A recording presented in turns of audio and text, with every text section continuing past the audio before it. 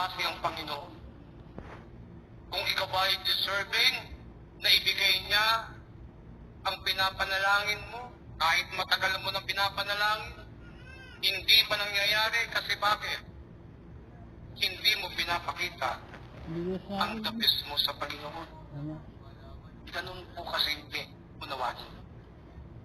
No, kung ikaw ay pinagdadaanan ka sa mga oras na ito, kapatid, manalangin ka.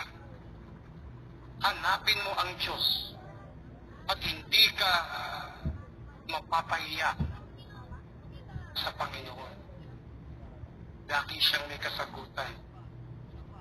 Ngunit, maghintay ka lamang.